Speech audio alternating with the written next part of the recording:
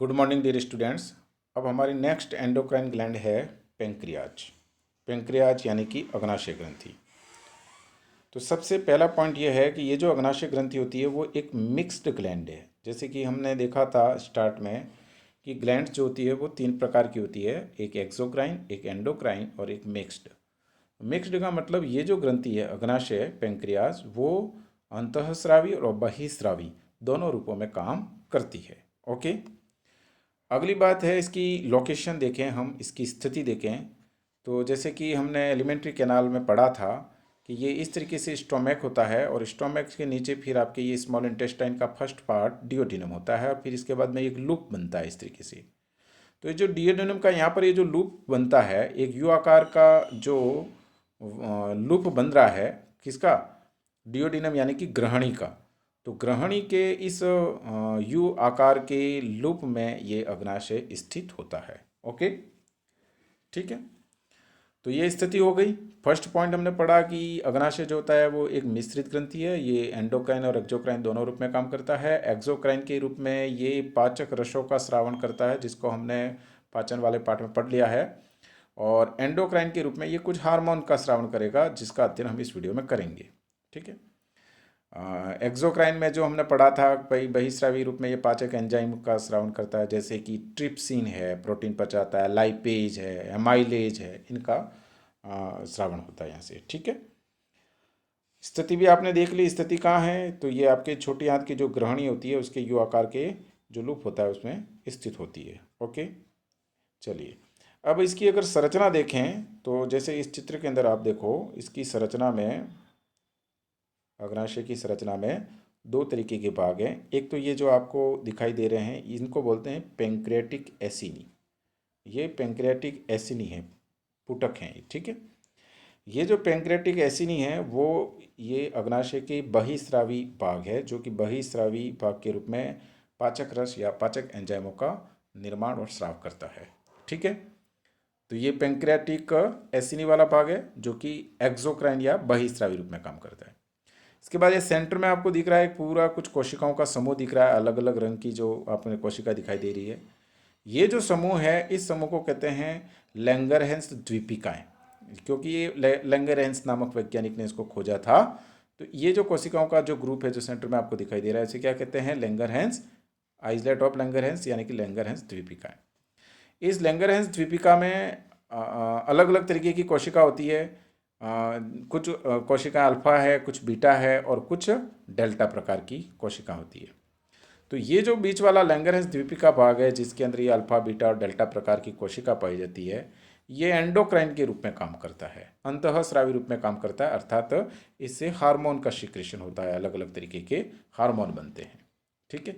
तो इस तरीके से ये एक्सोक्राइन और एंडोक्राइन दोनों रूप में काम करता है, इसलिए ये एक मिक्स्ड ग्लैंड है। इसकी संरचना हमने अभी देख ली। ठीक है। अब हम देखते हैं कि ये जो अग्नाशय है उसमें अंतःस्रावी के रूप में जो लैंगरहैंस द्वीपिका है, उस लैंगरहैंस द्वीपिका में तीन प्रकार की कोशिका हैं, जिसमें से फर्स्ट अल्फा कोशिकाएं। अभी मैंने चित्र में बताया था अल्फा, बीटा और डेल्टा तीन प्रकार की कोशिका है। तो उसमें से फर्स्ट देखते हैं हम अल्फा कोशिकाएं। ये जो अल्फा कोशिका हैं, अगर इनको हम आकार की दृष्टि से देखें, इन तीनों कोशिकाओं का कंपैरिजन करें, अल्फा और बीटा और डेल्टा, ये तीनों प्रकार की जो कोशिकाएं हैं, इन कोशिकाओं की आकार और संख्या की तुलना करें तो अल्फा कोशिकाएं आकार में मध्यम है और संख्या में लगभग 24-5%, ठीक है, मध्यम होती है। बीटा आकार में सबसे बड़ी और संख्या में भी सबसे अधिक है और डेल्टा आकार में सबसे छोटी और संख्या में भी सबसे कम है। समझ में आ रही है? बीटा कोशिकाएं आकार में सबसे बड़ी और संख्या में सबसे बड़ी, डेल्टा कोशिकाएं आकार में सबसे छोटी और संख्या में भी सबसे कम, और अल्फा कोशिकाएं आकार में मीडियम है और संख्या में भी मीडियम, यानी कि लगभग 25% होती है। ये 10% होती है और ये 60% होती है। ठीक। तो चलिए, तो अल्फा कोशिकाएं आकार में मध्यम आकार की होती है, संख्या में लगभग 25% होती है। और इम्पॉर्टेंट चीज़ ये है कि अल्फा कोशिका से कौन सा हार्मोन स्रावित होता है? तो अल्फा कोशिका से ग्लूकागॉन हार्मोन स्रावित होता है। कौन सा हार्मोन? ग्लूकागॉन। ये जो ग्लूकागॉन हार्मोन है इन अल्फा कोशिकाओं से स्रावित होता है। इसकी खोज 1923 में किम्बल और मर्लिन ने की थी। किसने की थी? किम्बल और मर्लिन ने। ओके। तो ये इंपॉर्टेंट चीज़ है। कौन सा हार्मोन स्रावित होता है? ग्लूकागॉन। अब देखते हैं इस ग्लूकेगॉन हार्मोन का क्या फंक्शन है, क्या रोल है। तो देखो ये हार्मोन बहुत इंपॉर्टेंट है, आपको याद रखना है कि मनुष्य या कोई भी प्राणी है, उस मतलब वर्टिब्रेट प्राणी, उस प्राणी के ब्लड में ग्लूकोज की मात्रा को कंट्रोल करता है। कौन? ग्लूकेगॉन। कंट्रोल कैसे करता है? कंट्रोल दोनों करते हैं, अल्फा कोशिका से निकलने वाला ग्लूकॉन और ग्लूकेगॉन, और बीटा कोशिका से निकलने वाला इंसुलिन। आगे हम बीटा कोशिका पढ़ेंगे, उससे जो हार्मोन निकलता है उसका नाम इंसुलिन है। तो ये दोनों हार्मोन रक्त में ग्लूकोज की मात्रा को कंट्रोल या नियमित या रेगुलेट करते हैं, और एक दूसरे के अपोजिट काम करते हैं, एक दूसरे के अपोजिट फंक्शन करते हैं। कैसे? देखिए, ग्लूकेगॉन हार्मोन क्या करता है कि रक्त में ग्लूकोज की मात्रा को बढ़ाता है। रक्त में ग्लूकोज की मात्रा को क्या करता है? बढ़ाता है। और इंसुलिन हार्मोन रक्त में ग्लूकोज की मात्रा को घटाता है, यानी कि कम करता है या बैलेंस करता है। ओके, तो याद रह गया आपको। अल्फा कोशिका से कौन सा हार्मोन निकलता है? ग्लूकेगॉन। काम क्या करता है? रक्त में ग्लूकोज की मात्रा को बढ़ाना। बीटा कोशिका, जिसको हम आगे पढ़ेंगे, से कौन सा हार्मोन निकलता है? इंसुलिन। काम क्या करता है? रक्त में ग्लूकोज की मात्रा को घटाना। इस तरीके से ये दोनों हार्मोन एक दूसरे के अपोजिट फंक्शन करते हैं। ठीक है। अब रक्त में ग्लूकोज की मात्रा बढ़ाने का मतलब होता है कि ऐसे कोई भी पदार्थ जिससे ग्लूकोज बनता हो, से ग्लूकोज बनाना, और ग्लूकोज बना करके रक्त में डालना या रक्त में उसकी मात्रा को बढ़ाना। जैसे ग्लाइकोजन है, इस ग्लाइकोजन को तोड़ोगे तो इससे क्या बनेगा? ग्लूकोज बनेगा। इसके अलावा कुछ अमीनो अम्ल होते हैं, वशीय अम्ल होते हैं, उनसे भी ग्लूकोज बन सकता है। उस प्रक्रिया को कहते हैं ग्लूकोनियोजिनेसिस। तो इस तरीके से ग्लाइकोलाइसिस को बढ़ाता है, यानी कि ग्लाइकोजन को तोड़ करके ग्लूकोज बनाने की प्रक्रिया को बढ़ाएगा, तो ही तो ग्लूकोज बढ़ेगा, क्योंकि ग्लाइकोजन टूटेगा और ग्लूकोज बनेगा। ठीक है। इसके अलावा ऐसे पदार्थ जो कि कार्बोहाइड्रेट नहीं है, जैसे अमीनो अम्ल और वसीय अम्ल, उनसे ग्लूकोज बनता है, उस प्रक्रिया को ग्लूकोनियोजिनेसिस कहते हैं। ऐसी ग्लूकोनियोजिनेसिस प्रक्रिया के द्वारा भी ग्लूकोज की मात्रा को बढ़ाया जाएगा, और जिससे रक्त में ग्लूकोज की मात्रा बढ़ेगी। तो इस तरीके से ये हार्मोन ग्लूकेगॉन जो होता है वो रक्त में ग्लूकोज की मात्रा को बढ़ाता है। चलिए, नेक्स्ट हार्मोन है जो पेंक्रियाज की बीटा सेल से स्रावित होता है, और इस बीटा सेल से स्रावित होने वाले हार्मोन का नाम है इंसुलिन। पेंक्रियाज की बीटा सेल से स्रावित होने वाला हार्मोन कौन सा है? इंसुलिन। फर्स्ट हम देखते हैं बीटा सेल। बीटा सेल आकार में बड़ी है और संख्या में सर्वाधिक है, ये हमने पहले डिस्कस कर लिया था। हार्मोन इंसुलिन स्रावित होता है। ओके, ये जो इंसुलिन हार्मोन है उसकी खोज सर्वप्रथम बताने वाले थे बेटिंग व बेस्ट 1921 में। और इस इंसुलिन को क्रिस्टलाइज करने का, क्रिस्टल फॉर्म में प्राप्त करने का श्रेय एबल को है। इसके बाद में इस इंसुलिन हार्मोन की स्ट्रक्चर, ये किसका बना हुआ है और उसकी स्ट्रक्चर कैसी है, उसको मतलब खोजने का श्रेय है सेंगर को। सेंगर ने 1953 में बताया था कि इंसुलिन हार्मोन जो होता है वो प्रोटीन का बना होता है, और इसकी इस प्रोटीन की संरचना की खोज की थी, और ये बहुत बड़ा कार्य था, इसलिए उनको 1958 में इस फंक्शन के लिए, इंसुलिन हार्मोन की स्ट्रक्चर को बताने के लिए 1958 में नोबेल प्राइज़ दिया गया मेडिकल साइंस का। ठीक है। तो चलिए, तो बीटा कोशिका जो होती है वो आकार में बड़ी, संख्या में सर्वाधिक है, इससे इंसुलिन हार्मोन स्रावित होता है। इंसुलिन हार्मोन के बारे में सर्वप्रथम बताने वाले थे बेटिंग व बेस्ट, इसको क्रिस्टलाइज फॉर्म में प्राप्त करने वाले थे एबल, और इंसुलिन हार्मोन की प्रोटीन की स्ट्रक्चर को बताने वाले वैज्ञानिक थे सेंगर, जिन्हें 1958 में नोबेल पुरस्कार दिया गया। ओके, अब हम फंक्शन देखते हैं इंसुलिन का। तो मैंने पहले ही डिस्कस कर लिया है कि इंसुलिन का जो फंक्शन होता है वो ग्लूकेगॉन के अपोजिट है, यानी ग्लूकेगॉन जो होता है वो ब्लड में ग्लूकोज की मात्रा को इंक्रीज करता है, बढ़ाता है, जबकि ये इंसुलिन जो होता है वो ब्लड में ग्लूकोज की मात्रा को कम करता है या मेंटेन रखता है, सामान्य बनाए रखता है। ओके, अब ग्लूकोज की मात्रा को मेंटेन रखने के लिए, यानी कि रक्त में जो अतिरिक्त ग्लूकोज है उसको हटाने के लिए वो क्या करेगा? इंसुलिन इस ग्लूकोज को ग्लाइकोजन में बदल देगा, यानी ये ग्लाइकोजन के बनने की प्रक्रिया को बढ़ाता है। ग्लूकोज को किस में बदल देगा? ग्लाइकोजन में। और ग्लाइकोजन जो होता है वो एक रिजर्व फूड है। ग्लाइकोजन क्या है? रिजर्व फूड, संग्रहित भोजन है। यानी कि एनिमल के संदर्भ में पूछा जाए कि प्राणियों में रिजर्व फूड क्या है, तो ग्लाइकोजन, और पादपों में रिजर्व फूड क्या है, तो स्टार्च। तो ये जो रिजर्व फूड होता है प्राणियों में कहाँ जाकर के डिपॉजिट होगा, कहाँ जाकर के जमा होगा, तो ये लीवर में जाकर के जमा होगा और कुछ मात्रा में मांसपेशियों में जाकर के जमा होगा। एनीवे इंसुलिन जो होता है ब्लड में जो अतिरिक्त ग्लूकोज होती है उस ग्लूकोज को ग्लाइकोजिनेसिस प्रक्रिया द्वारा, यानी कि ग्लाइकोजिनेसिस प्रक्रिया के को बढ़ा करके इस अतिरिक्त ग्लूकोज को ग्लाइकोजन में बदल देता है। अतिरिक्त ग्लूकोज को किस में बदल देता है? ग्लाइकोजन में बदल देता है। और ये जो ग्लाइकोजन होता है वो एक एनिमल का रिजर्व फूड है और ये रिजर्व फूड जो होता है वो लीवर में जाकर के जमा हो जाता है और कुछ मात्रा में मांसपेशियों में जाकर के जमा हो जाता है।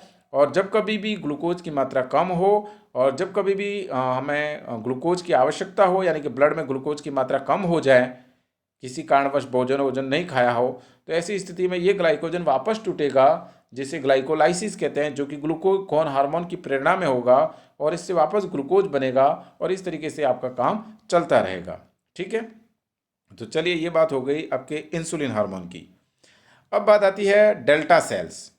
3 प्रकार की सेल्स थी, alpha, beta and delta. Alpha से ग्लूकागॉन हार्मोन, बीटा से insulin hormone, now third delta cell. Delta cell जो होती है वो संख्या में कम होती है और आकार में भी छोटी। संख्या में कम मतलब लगभग 10% होती है और आकार में काफ़ी छोटी होती है। इससे जो हार्मोन स्रावित होता है उसका नाम है सोमेटोस्टेटिन। 3 प्रकार के हार्मोन हो गए आपके पेंक्रियास से, अल्फा सेल से ग्लूकागॉन, बीटा सेल से इंसुलिन और डेल्टा सेल से जो हार्मोन स्रावित होता है उसका नाम है सोमेटोस्टेटिन। सोमेटोस्टेटिन जो हार्मोन होता है वो एक इनहिबिटिंग फैक्टर के रूप में काम करता है इंसुलिन एवं ग्लूकागॉन के लिए और पचे हुए भोजन की स्वांगीकरण अवधि, एसिमिलेशन पीरियड या ड्यूरेशन को बढ़ाता है। ठीक है, ये तीनों हार्मोन हो गए आपके, तीनों सेल हो गई। अब हम देखते हैं इंसुलिन हार्मोन की कमी से होने वाले रोग। अगर आपकी बॉडी में या किसी भी प्राणी के शरीर में इंसुलिन की कमी हो जाए तो क्या दिक्कतें आएगी। ठीक है, फर्स्ट है इंसुलिन की कमी से हम जानते हैं मधुमेह रोग हो जाता है। मधुमेह मतलब डायबिटीज़, और वो भी कौन सी? Diabetes mellitus. हमने एक डायबिटीज़ पहले भी पढ़ी थी, वो वैसोप्रेसिन हार्मोन या एडीएच जिसका नाम है एंटी डायूरेटिक हार्मोन। ठीक है, उसकी कमी से होने वाले डायबिटीज़ का नाम था डायबिटीज़ इंसिपिडिस। ठीक है, और यहाँ इंसुलिन हार्मोन की कमी से जो डायबिटीज़ हो रही है, जो मधुमेह होता है, उसका नाम है डायबिटीज़ मेलेटिस। ओके, तो डायबिटीज़ मेलेटिस का मतलब क्या हुआ? इंसुलिन की कमी हुई। तो अब इंसुलिन की कमी से क्या दिक्कतें आएगी, आप इजीली इनको आइडेंटिफाई कर सकते हैं, क्योंकि हम जानते हैं कि अभी हमने पढ़ा है इंसुलिन ब्लड में ग्लूकोज की मात्रा को कम करता है, अर्थात अतिरिक्त ग्लूकोज की मात्रा को ग्लाइकोजन में बदल देता है। अब मान लो इंसुलिन की कमी हो जाए तो ये जो ब्लड में ग्लूकोज जो होगा वो बढ़ जाएगा, यानी जो ग्लूकोज अतिरिक्त था, जो ग्लाइकोजन में बदलता था, वो अब ग्लाइकोजन में नहीं बदल पाएगा। तो ऐसी स्थिति में रक्त में ग्लूकोज की मात्रा क्या हो जाएगी? बढ़ जाएगी, और इस कंडीशन को बोलते हैं हाइपरग्लाइसीमिया। ये जो कंडीशन है, कौन सी कंडीशन? जिसमें रक्त में ग्लूकोज की मात्रा ज़्यादा हो जाती हो, उसे हाइपरग्लाइसीमिया कहते हैं।